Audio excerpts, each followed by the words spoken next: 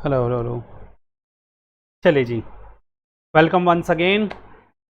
तो अपनी क्लासेस को आगे बढ़ाते हुए, अपने टॉपिक्स के डिस्कशन को आगे बढ़ाते हुए, आज हम जो डिस्कशन करेंगे एक छोटा मोटा नन्ना मुन्ना सा टॉपिक,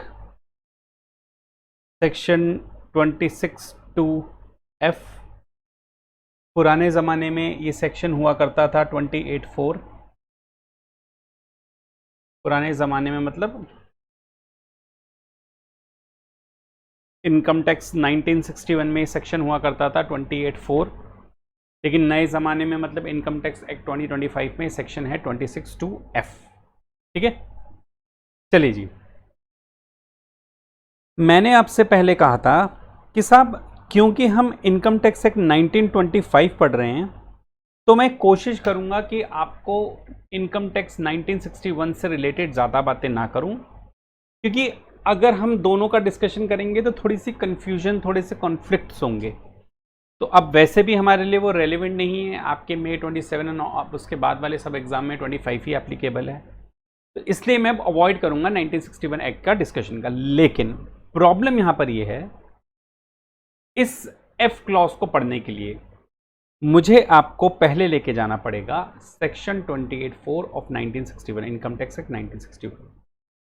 उसमें क्या था, देखिए, मैं उसको पहले क्यों पढ़ाऊंगा उसका भी रीज़न बताऊंगा, उसके बाद क्या अमेंडमेंट्स आई उसका भी रीज़न बताऊंगा, क्या केस लॉ हुआ, किस केस की वजह से अमेंडमेंट लानी पड़ी, क्या अमेंडमेंट आई, टीडीएस में भी कुछ अमेंडमेंट आई। उसके बाद हमारा ये फाइनली इस सेक्शन को इनकम टैक्स से 2025 में कैरी फॉरवर्ड कर दिया गया।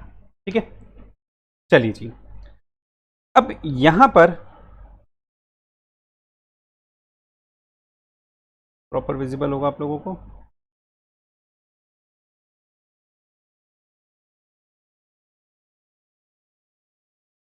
अगर मैं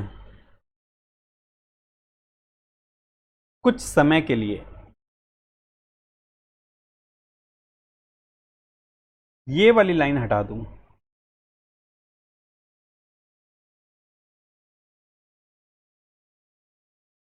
अगर मैं कुछ समय के लिए ये वाली लाइन हटा दूं, तो हमारा ये जो बन जाएगा ना, ये होगा section 26(4) of income tax act 1961। ठीक है, थोड़ा सा अच्छे से लिख देता हूं, 28(4) ऑफ इनकम टैक्स 1961। अगर हम यहां पर अभी इस वाली लाइन जो सेकंड पॉइंट है, इसको मैंने डिलीट कर दिया, मान लीजिए पॉइंट नहीं है। अब हम जब पढ़ते हैं तो जितनी बात यहां पर लिखी है वो सेक्शन 28(4) की बात है। क्या कहता है, देखिए, इस प्रोविजन को लाने का पहले मोटिव क्या था। पहले मैंने हमेशा कोशिश करी कि आपको पहले मैं थोड़ा सा बैकग्राउंड बता दूं। मान लीजिए एक मिस्टर ए हैं, चार्टेड अकाउंटेंट है, इन्होंने कुछ कंसल्टेंसी दी, ऑडिट वगैरह करा मान लीजिए किसी कंपनी का, और उसके बदले में 1 लाख रुपए फीस ली। ठीक है, 1 लाख रुपए फीस थी इनकी। XYZ लिमिटेड का उन्होंने ऑडिट वगैरह करा, ठीक बात है, 1 लाख रुपए फीस ली। अब मिस्टर ए ने XYZ लिमिट से कहा कि सर एक काम कीजिए, आप ना मुझे 1 लाख की जगह 1 लाख रुपए की कोई और चीज़ दे दीजिए। और कंपनी ने, मान लीजिए फॉर एन एग्जाम्पल ले लीजिए, इन्हें कोई वॉच दे दी, या मान लीजिए फीस ज़्यादा बड़ी थी, कार दे दी। इस तरह से इन्होंने बात करी, कुछ इनको पैसे ना देकर इनको कुछ इकोनॉमिक बेनिफिट, इकोनॉमिक एडवांटेज वाली चीज़ दे दी, वॉच, कार या कुछ भी XYZ चीज़ दी। अब बात यहां पर ये आती है कि साहब ए कहेंगे कि सर देखिए, मैंने यहाँ पर ऑडिट फीस, ऑडिट अपनी कंसल्टेंसी वगैरह थी तो ऑडिट वगैरह करा था, 1 लाख रुपए मिले हैं, लेकिन मुझे वो रुपीज़ में पैसा नहीं मिला है, मतलब कैश में नहीं मिला है। Cash in the sense cash, bank, cheque, draft कुछ नहीं मिला है। मुझे तो कंपनी ने वॉच दे दी है, या मुझे तो कंपनी ने कार दे दी, या मुझे तो कंपनी में कोई और बेनिफिट दे दिया, तो इसलिए मैं इसको कैसे टैक्सेबल करा दूं। ये 1 लाख रुपए तो टैक्सेबल नहीं होगा। अगर मुझे ये कैश, मनी, चेक, ड्राफ्ट या कुछ इस तरह से पेमेंट मिलती तो मैं इसको कहता कि साहब आप इस पर टैक्स लगा दीजिए, लेकिन मुझे तो घड़ी दी है कंपनी ने, तो मैं इस पर कैसे टैक्स लगा दूं। तो इन सब प्रॉब्लम का सॉल्यूशन निकालने के लिए गवर्नमेंट ने क्या काम का, लॉ मेकर ने कहा कि साहब ऐसी ये फालतू की बातें असेसी ना करें, लोग ना करें, तो हम एक काम करते हैं, एक क्लॉज डाल देते हैं 4, वहां पे मेंशन कर देते हैं कि साहब the value of any benefit और परक्यूजिट्स। बेनिफिट परक्यूजिट, देखिए बेनिफिट क्या होता है? बेनिफिट का मतलब होता है कोई इकोनॉमिक एडवांटेज, परक्यूजिट्स का मतलब होता है एडिशनल एडवांटेज। ये भी इस एग्जांपल से समझेंगे कि value of any benefit perquisite, चाहे बेनिफिट हो चाहे परक्यूजिट्स हो, जो कि अराइज हुआ है बिजनेस से।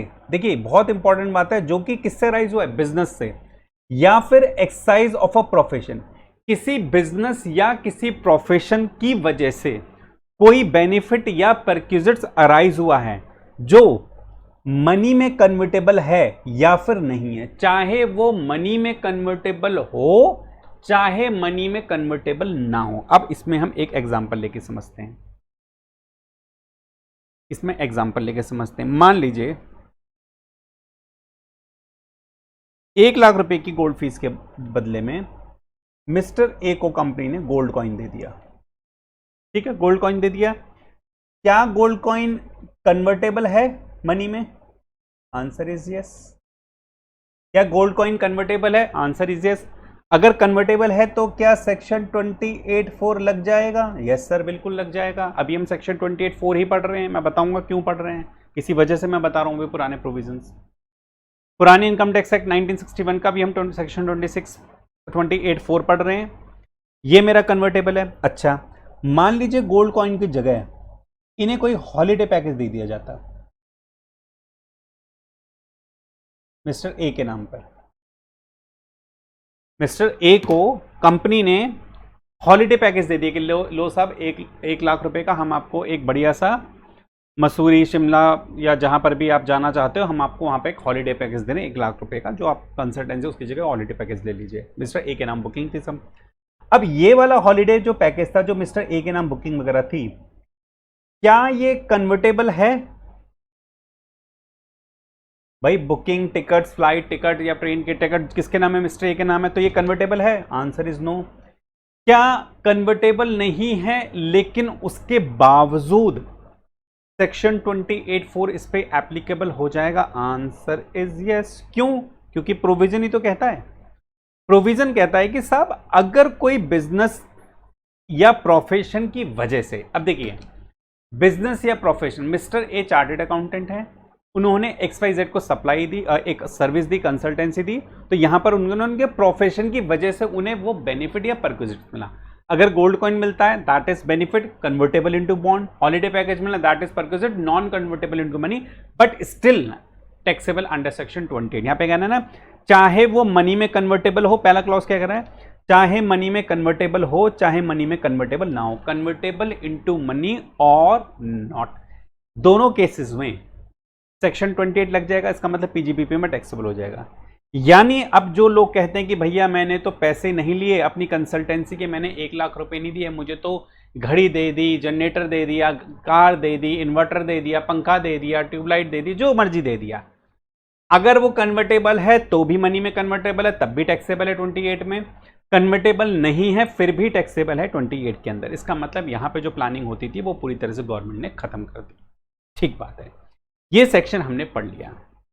अब आगे क्या बात हुई? आगे हुई एक बहुत बढ़िया बात, एक बहुत बढ़िया केस था महिंद्रा एंड महिंद्रा का, CIT versus Mahindra and Mahindra limited. Supreme court, year था 2018। एक केस आया महिंद्रा एंड महिंद्रा का सुप्रीम कोर्ट के आगे 2018 में, जो डिसाइड किया गया उसमें देखिए केस क्या था। महिंद्रा एंड महिंद्रा अपनी जीप के बिजनेस को एक्सपेंड करना चाह रहे थे। देखिए मैं आपको क्रक्स बताऊंगा, फैक्ट्स बताऊंगा केस के, क्या था फैक्ट्स, क्या केस था, बहुत डिटेल में नहीं बताऊंगा क्योंकि अब इस केस की कोई रेलेवेंस है नहीं, लेकिन क्यों सेक्शन 28(4) में वो जो लूपहोल था छूट गया था, वो क्या था, वो हम इस केस से समझेंगे। महिंद्रा एंड महिंद्रा अपने जीप के बिजनेस को एक्सपेंड करना चाहती थी। जीप के बिजनेस को एक्सपेंड करने के लिए उन्होंने एक कंपनी थी केजेसी, एक कंपनी थी केजीसी, उस कंपनी से कहा कि साहब हमें डाइज, कुछ इक्विपमेंट्स, वेल्डिंग इक्विपमेंट्स वगैरह चाहिए होंगे,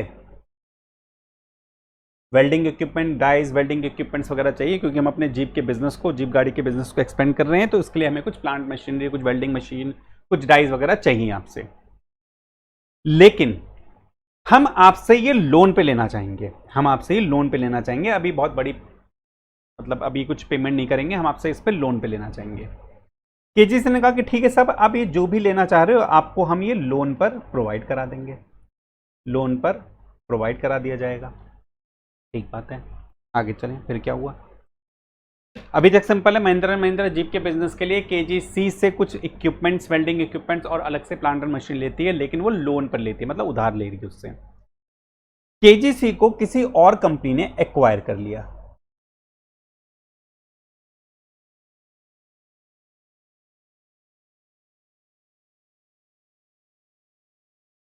केजीसी को किसी और कंपनी ने एक्वायर्ड कर लिया। ठीक बात है, केजीसी को किसी और कंपनी ने एक्वायर कर लिया। जब इसको एक्वायर करा तो महिंद्रा एंड महिंद्रा का जो लोन अमाउंट था वो आउटस्टैंडिंग था 57 लाख समथिंग, 57 लाख के अराउंड इसका आउटस्टैंडिंग अमाउंट था। जब केजीसी को किसी और कंपनी ने एक्वायर कर लिया तो उस टाइम केजीसी की बुक्स में महिंद्रा एंड महिंद्रा का लोन 57 लाख का पेंडिंग था। जिस कंपनी ने केजीसी को एक्वायर करा था उसने महिंद्रा एंड महिंद्रा के लोन को वेव ऑफ कर दिया, मतलब माफ कर दिया। उसने महिंद्रा एंड महिंद्रा के भाई देखिए, कंपनी ने केजीसी को एक्वायर कर लिया, उसकी बुक्स में महिंद्रा महिंद्रा का लोन आउटस्टैंडिंग था। कंपनी ने कहा कि पुराना लोन है, छोड़ो महिंद्रा महिंद्रा छोड़ो, हमें ये लोन नहीं चाहिए, 57 लाख रुपए हमने आपके वेव ऑफ कर दिए। अब क्वेश्चन यहां पर क्या उठता है, असेसिंग ऑफिसर ने कहा कि महिंद्रा एंड महिंद्रा के लिए 57 लाख जो कि वेव ऑफ हुए हैं कंपनी के द्वारा, ये टैक्सेबल होंगे सेक्शन 28 के अंदर। हालांकि इस केस में सेक्शन 41(1) की भी बात हुई थी, ट्रेडिंग लायबिलिटी, रिसेसेशन, रेमिशन की कुछ बात थी, लेकिन अभी मैं ना यहां पर इसकी बात नहीं करूंगा, क्योंकि यहां पर हमारा मोटिव महिंद्रा एंड महिंद्रा के केस को डिस्कशन वाला सेकेंडरी है। प्राइमरी मेरा रीजन यह है केस को डिस्कशन करने का कि सेक्शन 28 में क्या अमेंडमेंट आई, क्यों अमेंडमेंट आई, वो डिस्कशन कर रहे हैं हम लोग। तो इसलिए अभी मैं सेक्शन 41 को डिस्कशन नहीं करूंगा, हालांकि ये भी इस सेक्शन का, इस केस का पार्ट था। महिंद्रा एंड महिंद्रा का असेसिंग ऑफिसर ने कहा कि साहब आपका जो 57 लाख का लोन वेव ऑफ हुआ है ये सेक्शन 28 में टैक्सेबल है। क्यों क्यों कहा असेसिंग ऑफिसर ने? असेसिंग ऑफिसर ने कहा कि भैया ये आपको एक तरह का बेनिफिट मिला है। किससे? जिस मान लीजिए केजीसी को एक्वायर करा, फॉर एन एग्जांपल यहां पे मैं नाम ले देता हूं XYZ ने केजीसी को, फॉर एन एग्जांपल केजीसी को एक्वायर करा XYZ, एक्चुअल कंपनी का नाम कुछ और था, केजीसी रियल नाम है, लेकिन जिसने एक्वायर करा था वो मुझे नाम अभी ध्यान नहीं है, तो XYZ मान के चलते हैं। असेसिंग ऑफिसर ने कहा कि भाई देखिए केजीसी को XYZ ने एक्वायर करा और XYZ ने अपनी बुक्स में आपके लोन को 57 लाख का जो आउटस्टैंडिंग बैलेंस था उसको वेव ऑफ कर दिया। ये आपको एक तरह का बेनिफिट हो गया जो कि सेक्शन 28 में टैक्सेबल होना चाहिए, सेक्शन 28(4) में ये टैक्सेबल होना चाहिए। अच्छा, ऐसी बात थी। आई महिंद्रा महिंद्रा की वाली, उन्होंने कहा कि साहब मुझे एक बात बताओ, आप असेसिंग ऑफिसर आप मुझे एक बात बताओ, सेक्शन 28(4) में जो बेनिफिट और परक्विजिट्स को टैक्सेबल की बात करी गई है जो कि बिजनेस या प्रोफेशन से होना चाहिए, मैं मानता हूं मुझे 57 लाख रुपए का एक बेनिफिट हुआ है, 57 लाख रुपए का एक बेनिफिट हुआ है जो कि बिजनेस की वजह से ही हुआ है, मैंने उससे इक्विपमेंट खरीदा, लोन वगैरह था, उसकी वजह से हुआ है। लेकिन क्या ये बेनिफिट कैश में है या ये कन्वर्टेबल इनटू मनी है? भाई क्या 57 लाख रुपए कैश बेनिफिट है मेरा, या मुझे ये ऐसा बेनिफिट है जो कन्वर्टेबल है मनी में? तो यहां पर तो बड़ी सीधी सी बात दिखाई दे रही है कि साहब ये तो कैश में बेनिफिट है 57 लाख रुपए का। मुझे 57 लाख रुपए मेरे लोन था, मुझे जो पैसे देने थे मुझे नहीं देने, मुझे सीधा सीधा कैश बेनिफिट हो गया। अब क्वेश्चन यहां पर ये उठता है, क्या सेक्शन 28(4) में कहीं पर यह बात लिखी है कि कैश में होने वाले बेनिफिट को सेक्शन 28(4) में टैक्सेबल किया जाएगा?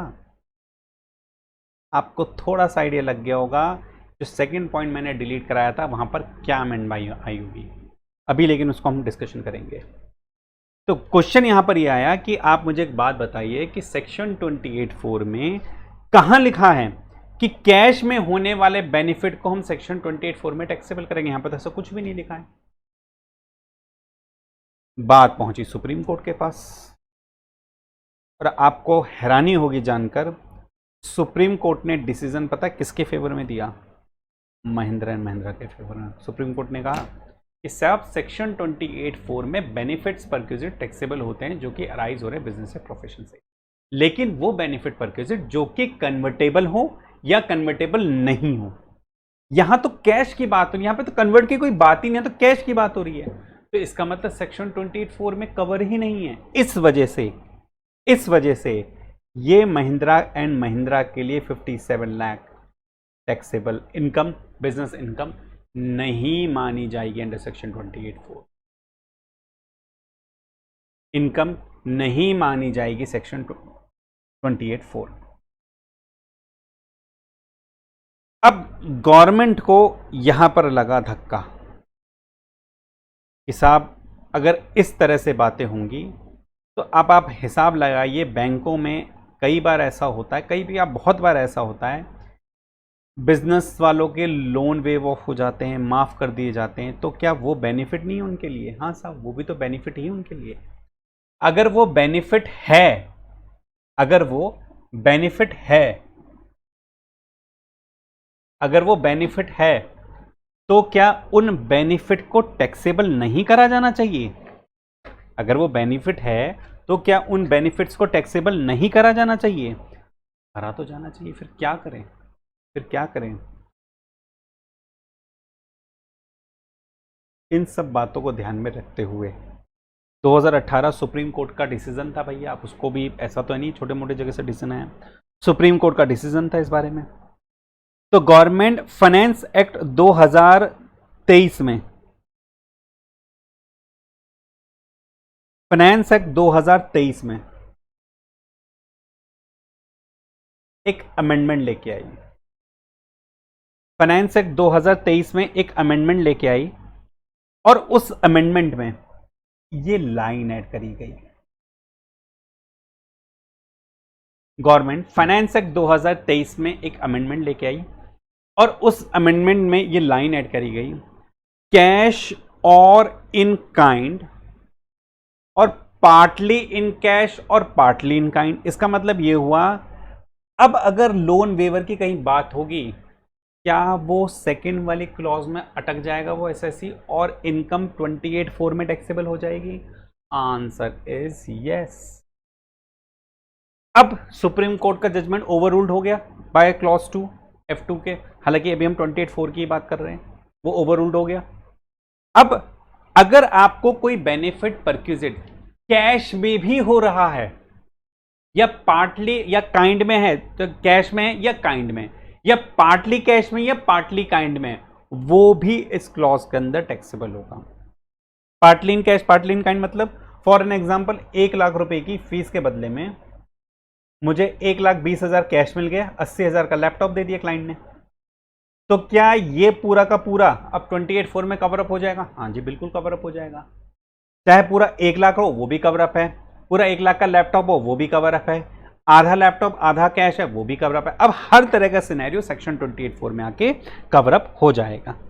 ठीक है, तो इस तरह से ये अमेंडमेंट आई और इस लूप होल को खत्म करा गया और सुप्रीम कोर्ट के जजमेंट को ओवररूल्ड किया गया। ठीक बात है, आगे चलते हैं, आगे चलते हैं। फाइनेंस एक्ट 2022 में अच्छा, अब यहां पर एक क्वेश्चन और उठता है,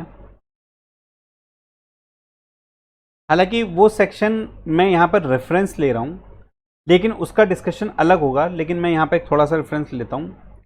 अब क्वेश्चन यहां पर ये होता है, for an example HDFC bank है, for an example HDFC bank है।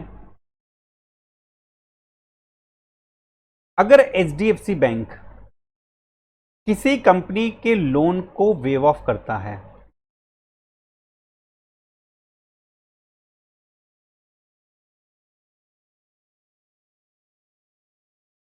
किसी कंपनी के लोन को वेव ऑफ करा जाता है, तो वेव ऑफ किया जाएगा, इसका मतलब बेनिफिट है ये उस एसएससी को।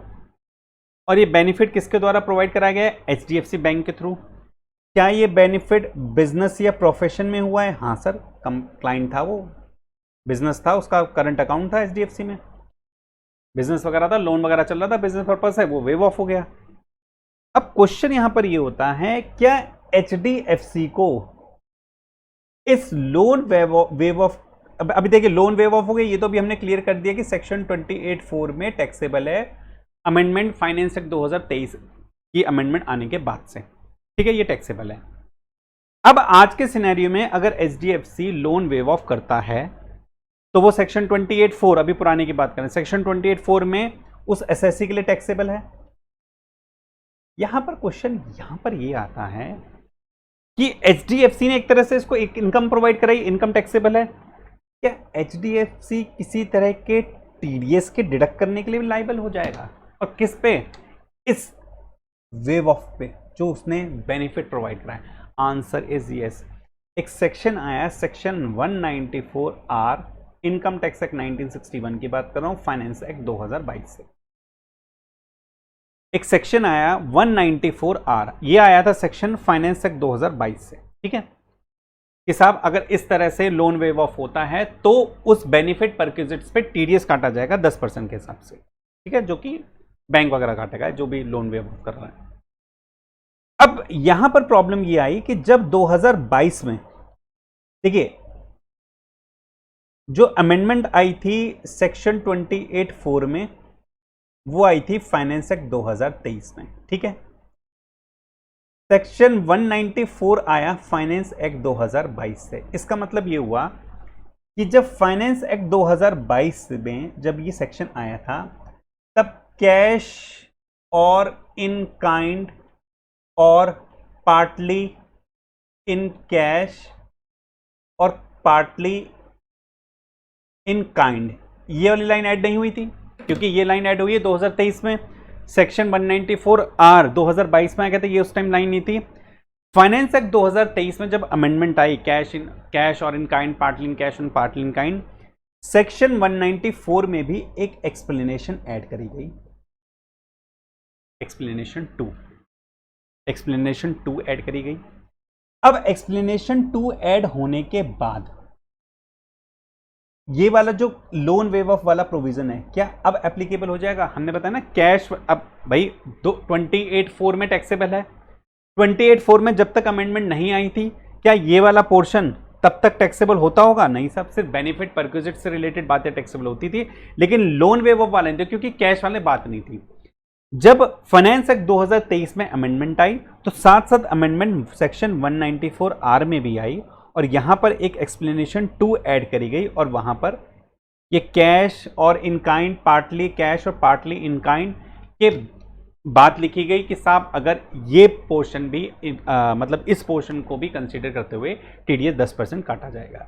ये मैंने सिंपल एक रेफरेंस दिया है सेक्शन 194(R) का, लेकिन सेक्शन 194 जो कि आपके नए सिलेबस में, मतलब नए एक्ट में सेक्शन है 393(1) टीडीएस का, जहां पर है सीरियल नंबर 84 आई गेस, वहां पर इसका डिटेल डिस्कशन है। अभी यहां पर इतना इसको डिस्कशन करके छोड़ दो कि साहब 28(4) के साथ साथ 194(R) में भी एक अमेंडमेंट आई थी, इसी से रिलेटेड एक्सप्लेनेशन 2 इंसर्ट करी गई थी। हाँ जी, तो एक हम जो डिस्कशन कर रहे थे एचडीएफसी वाला, वो तो बात मेरी बीच में ही छूट गई, उसको पहले पूरा कर लें। तो अब इस प्रोविजन के हिसाब से सब एचडीएफसी में लोन वेव करा है तो उसको टीडीएस वगैरह काटना चाहिए, आंसर इज यस। लेकिन एक सर्कुलर आया, उसमें कहा कि देखिए भाई, जो हमारी बैंकिंग इंडस्ट्री है ना, उस पर ऑलरेडी बहुत काम है। जो बैंकिंग इंडस्ट्री है, पब्लिक फाइनेंशियल इंस्टीट्यूशन है, बैंक से, इन पे ऑलरेडी बहुत काम है। अब इन पे एक रिस्पॉन्सिबिलिटी और लाद दो कि भैया इस तरह का अगर लोन वेव ऑफ वगैरह कर रहे हो तो जो बेनिफिट की वैल्यू, जो बेनिफिट दे रहे हो उस पे टीडीएस काटो। आपको नहीं लगता है ये बहुत ज़्यादा बैंकों के साथ थोड़ा सा दिक्कत हो सकती है कि वो वैसी काम से मरे पड़े और इस पे ये काम और लाद दो? एक सर्कुलर आया, हालांकि वो हमें सेक्शन 194R जो अब आपका नए सेक्शन है उसमें पढ़ने वाली चीज़ें, पुरानी मैं सेक्शंस की बात कर रहा हूँ। एक सर्कुलर आया, उसमें मेंशन करा गया कि सब शेड्यूल बैंक्स हैं, पब्लिक फाइनेंशियल इंस्टीट्यूशन है, या इस तरह की जो ऑर्गेनाइजेशन है, इस पर ये प्रोविज़न 194R में जो टीडीएस वाली बात है वो इन पर एप्लीकेबल नहीं होगी। और उस सर्कुलर के हिसाब से HDFC बैंक या कोई भी पब्लिक फाइनेंशियल इंस्टीट्यूशन या शेड्यूल्स बैंक पे ये 194R के तहत ये वाली मतलब टीडीएस की काटने की लायबिलिटी नहीं होती। इसलिए इस वाले एग्जाम्पल में अगर वो सर्कुलर ना होता तो शायद काटना पड़ता, लेकिन सर्कुलर में खुद ही हटा दिया कि भाई इन सब पे कोई एप्लीकेबल नहीं होगी ये वाले प्रोविजन, इसलिए HDFC को is not longer required as per circular. अब सर्कुलर नंबर वगैरह भी याद रखने की जरूरत नहीं, इसको छोड़ दो। सर्कुलर याद रखना कि एक CBDT ने सर्कुलर इशू करा कि भाई इन बैंकों पे कोई ज़रूरत नहीं है इस तरह के किसी तरह के टीडीएस को डिडक्ट करने की। ठीक है, चलिए जी। अच्छा, अब यहां पर आपने जब भी बेनिफिट और परक्विजिट्स की बात होती है, जब भी बेनिफिट और परक्विजिट्स की बात होती है तो हमें सैलरी दिमाग में आती होगी। सैलरी में क्या होता था? एम्प्लॉयर अपने एम्प्लॉय को बेनिफिट परक्विजिट्स वगैरह देते थे, गाड़ी वगैरह देते थे, ड्राइवर शॉफर होता था 600-900 रुपये पर मंथ, कुछ ऐसी ऐसी बातें होती थी। वो सेक्शन कौन सा था? सेक्शन 17।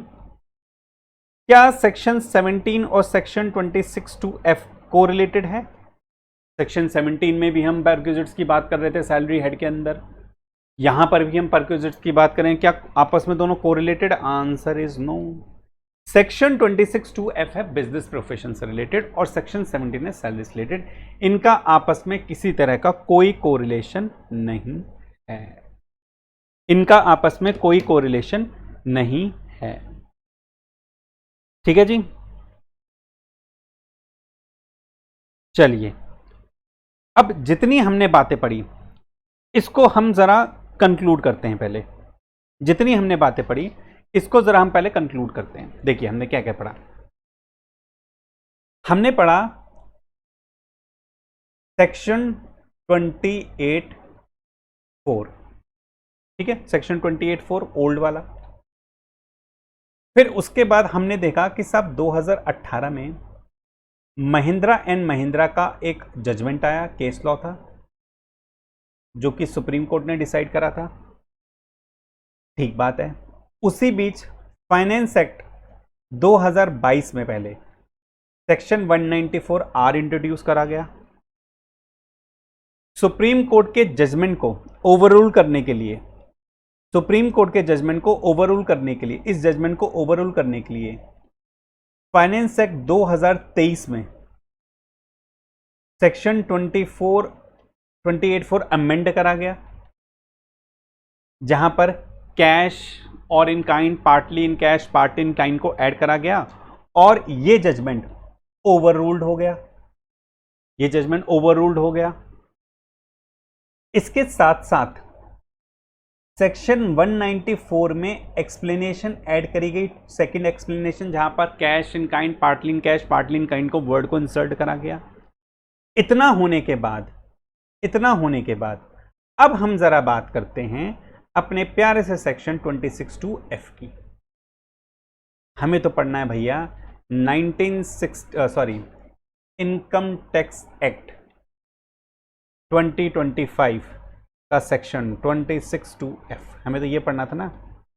आपको जान के बेहद खुशी होगी 28(4) अमेंड होने के बाद जो निकल के आया उसे सीधा यहां पर कैरी फॉरवर्ड करा दिया गया है। आप जरा देखोगे जो अभी हमने पढ़ रहे थे बेसिकली 26(2)(4) ही तो था, लेकिन ये जो 26(2)(4) है ना, ये बेसिकली अमेंडेड सेक्शन 28(4) है, उसी को कैरी फॉरवर्ड करके यहां ला दिया गया, क्योंकि इसमें जितना भी लूप होल था वो पहले ही फाइनेंस एक्ट 23 में इसको खत्म कर दिया गया था। तो अब ये सिंपल बन गया, the value of any benefit और परक्विजिट्स अराइजिंग फ्रॉम बिजनेस और एक्सरसाइज ऑफ प्रोफेशन। देखिए वो सबसे बड़ी इंपॉर्टेंट बात है कि जो भी बेनिफिट है परक्विजिट्स है वो बिजनेस या प्रोफेशन के थ्रू ही होना चाहिए, चाहे वो मनी में कन्वर्टेबल हो या ना हो। Gold coin holiday package convert हो गया gold coin, holiday package convert नहीं होगा। कैश में तो कैश ही है। इन काइंड में लैपटॉप दे दिया, partly in cash partly in kind मतलब आधा कैश आधा इन काइंड दे दिया, लैपटॉप दे दिया आधा में, ठीक है।